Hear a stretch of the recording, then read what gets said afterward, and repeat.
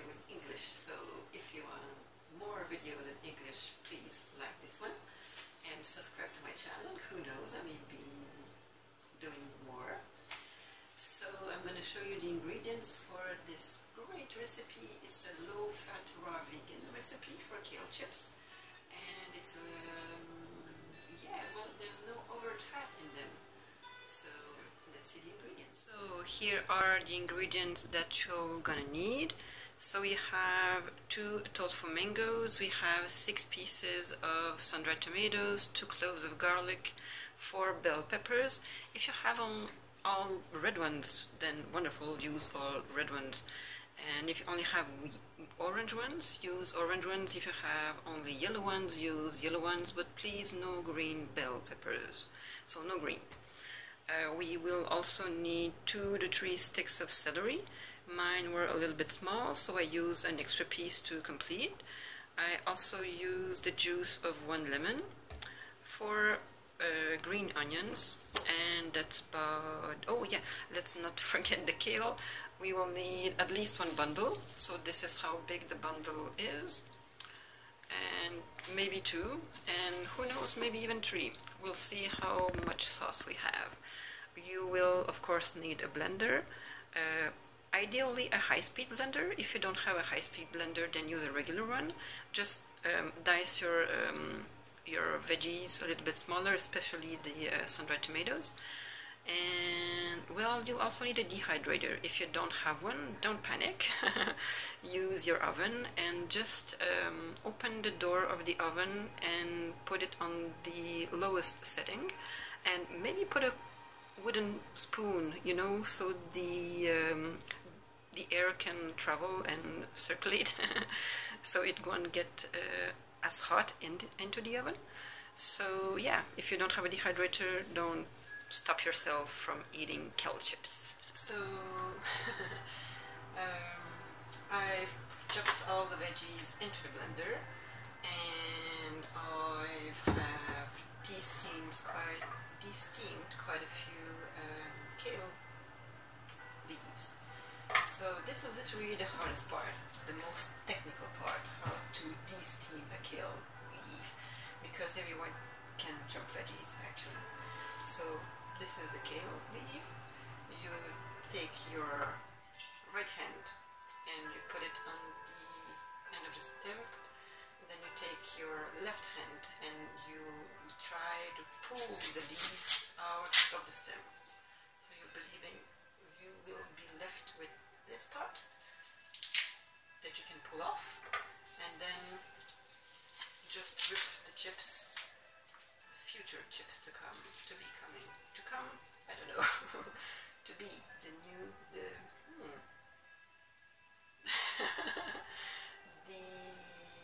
chips to be, I don't know, into pieces. So yeah, this is the most technical part, so you really need a great practice to be able to achieve such a smoothness when you pull the leaves out of the stem. I'm just kidding. So this is actually the 2 bundles. So this is how big the bowl is. It's almost like twice as big as my head. So it's full of kale, and yeah, there's 2 bundles in this. With the stems, you can use them to juice it, or throw them in the compost, or even you can blend them in smoothies, but actually lots of the nutrients are in the leaves, not in the stems. So you can do whatever you want. So that's it. We're gonna blend this mix of veggies into the blender, and then pour the sauce over the kale chips, massage them, and then lay them around on the dehydrated tray and put them aside to dehydrate. So I'll see you in a few seconds. So I've blended all the ingredients in the super blender, and we're ready to pour it all over the kale chips. Sorry for my English. It's not my first language, obviously. So behind me you have the wonderful mixture of the sauce. I don't know if you can see it. I guess you can. So this is how thick good, and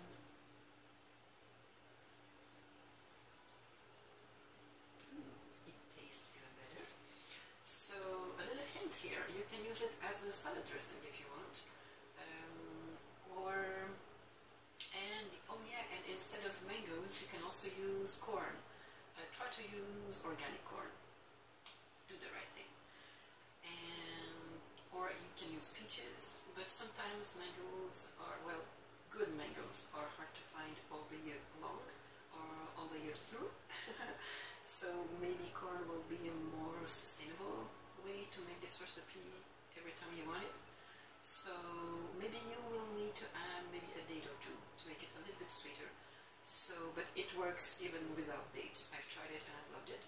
So there you go. So I'm gonna go and pour the sauce over the kale and massage it a little bit. So well, you should not see myself while I'm filming this. I'm in an odd position right now. So I can have my two hands on camera. Okay, well, I'm gonna try to do it without hurting myself. So I'm gonna pour a little bit of the sauce over the kale. Well, it's thick, but it's also quite rainy. But don't worry about it, it will go in the dehydrator anyway. So, oh well, maybe I put a little bit more. I have two bouquets in this, I don't know if I mentioned it, but there's two bundles. Yeah. So this made about a little bit more than 4 cups of sauce, and now we are left with 1 cup. I guess then for 2 bundles so far I poured 3 cups, or maybe a little bit more, into the bowl. So yeah, you have to get your hands in there and start to massage the kale. Wow, sorry for the special effects of the camera going all over the place. So you get the idea of how you massage the kale. So I'm gonna try to, yeah, well, you get the idea. So I'm gonna stop this right now before it gets even uglier. I put all the pieces of kale chip on the dehydrator trays. So this is my dehydrator, is a Sultan Vita Pro. A friend lended it to me. Well, I borrowed it from a friend. So I know it's not the greatest dehydrator on the world, on the market, but for this period of my life it will be okay. So yeah, there's 1, 2, 3, 4, 5 trays in them. So yeah, I actually ended up using 2 bundles of kale, and I needed like 5, well, the whole 5 trays, and this is how it looks like. I tried to put them quite equally on each tray. So there you go. If you're concerned about having raw kale chips, then you don't want to put the dehydrator temperature too high. Maybe around 42 degrees Celsius will be quite enough, and you can leave it for the whole night. In the morning, go check the chips. If they are crunchy as you like, then stop the whole thing. If you find that there are still quite a bit moisture and you want them to be more crisp, then let them for a few hours more. It's a question of feeling or how you like them to be. So that's about it. Then we will close the dehydrator and we will be ready to set it. It's not plugged in, so I mean, you know how to use a dehydrator if you have one, honestly. So yeah, this is how it works. I'll see you tomorrow to see the end results. And well, did I want to say something else? I think that's it for now. It will come to me later if I forget something. So yeah, that's pretty much it. It's quite late in the evening, almost into the night, so I'm a little bit tired. I'm gonna go sleep now. Bye, see you tomorrow. Oh, I remember. I wanted to say sorry for the poor quality video. I was filming up to now with my cell phone camera, and now I switched to my camera. So the quality will be maybe a little bit more nicer now. So that's what I wanted to say. Okay, bye-bye. Good morning. So I wanted to show you how it looks after 6 hours we've turned the dehydrator on. And well, you probably, if you have a round one, you probably notices the tray at the bottom is ready, but the one on top is not quite ready. So I'm gonna switch them a little bit and leave it on the dehydrator for a few more hours. I'm gonna be away for about 10 hours today. I'm gonna just come back at in the evening. So I'm gonna set the dehydrator on the lowest temperature, which is 35 on this one. So yeah, I'm gonna show you up close what it looks like. But just before, I'm gonna taste a piece to see how it goes. So those are not quite crunchy, and yeah, they're nice.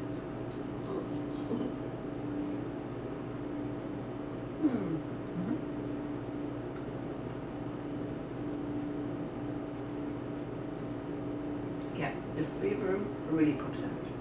Nice.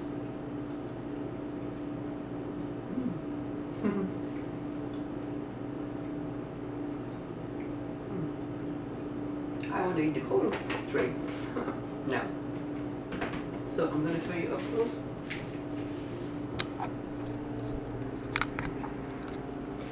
Yeah, so there you go.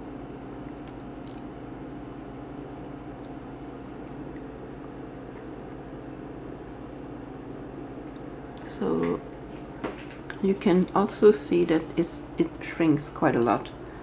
So that's because of the heating process, of course. And here's the tray that was on top. And this one is definitely not as dry. It's soft and drier, but not quite ready. It's not crisp. So here you can see how it looks. Yeah, so I'll see you at the end to show you the end results. So have a nice day. Bye! Hello again. So here you are after the complete day of dehydration. So as I said before, I turned the dehydrator on a lower setting, so it could have dehydrated for the whole day without getting too toasty. So this is the final product. It looks quite similar to the first tray that was really great, really well dehydrated after the first 6 hours. So yeah, I'm going to taste it again, see if it tastes just like the same one I tasted this morning.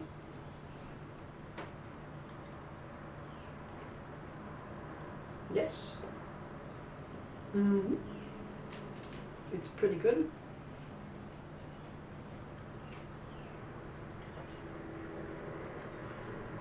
So this is not much harder than this on how to make kale chips. Oh, sorry about that.